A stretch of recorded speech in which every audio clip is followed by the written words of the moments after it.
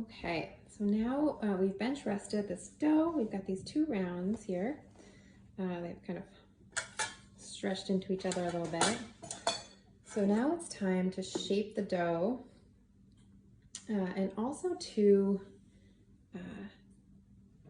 get your proofing basket ready and flour that so that you can go ahead and put your dough in your proofing basket. And I'll show you what I use, which is just a round striped basket, and I've taken out the inner lining of this because I like the stripes that this creates when you end up with your bread. So what you see here is what you'll end up seeing on the surface of your bread.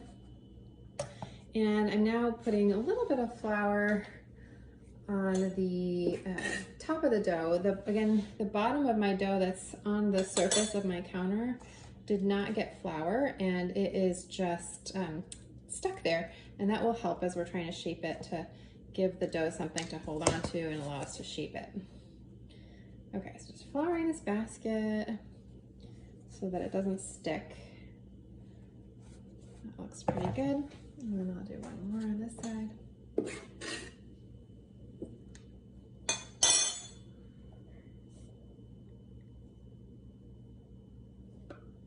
All right, that looks pretty good. Maybe just a little bit more flour so that we don't get any sticking here. Okay. Now I'm going to separate these back because they were a little bit connected here.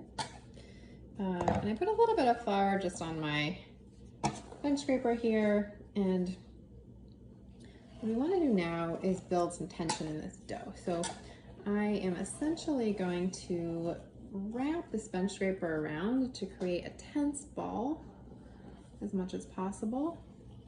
You can actually see some bubbling here in my dough. I love seeing that because we know it's going to contribute to the crumb. I'm kind of turning it and then pulling it towards myself. Turning it and then pulling it towards myself and allowing the part that's stuck to the bench to just be what allows it to build that tension, because it's stuck there and it's going to create more surface tension on the surface of this. And when I'm happy with it, which is almost there but not quite, almost there, a couple more times, a little more. Then I'll put it in my proofing basket with the seam side up. That looks pretty good. I'm going to go ahead and take this seam side up. I like to just kind of squeeze that seam together, and it's now in my proofing basket, seam side up, tense side down. And I'll do the same thing with the second one.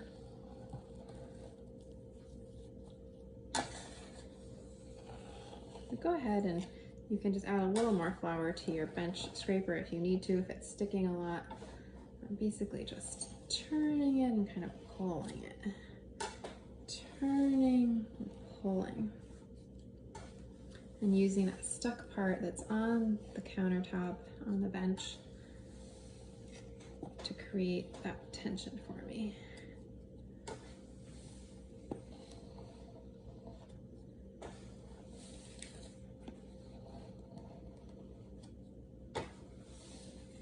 And the dough looks really amazing right now. I can see that there's bubbles right underneath the surface.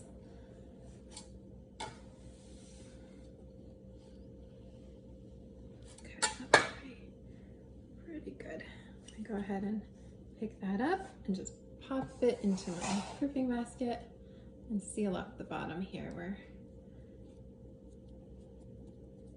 it's attached. Okay, and again, here we go. And now each of these I'm just going to cover and put back in the fridge for 2 hours, let them refrigerate. And before that 2 hours is up, I want to preheat my oven for about a half hour at 450, including my Dutch oven, which will be in there preheating with the oven itself. So maybe in about 90 minutes, I'll get the oven going, and at about 2 hours, I'll pull one of these out and get ready to put it in the oven. All right, I hope that was helpful, and check out the blog at acomfykitchen.com if you want to learn more. Thanks.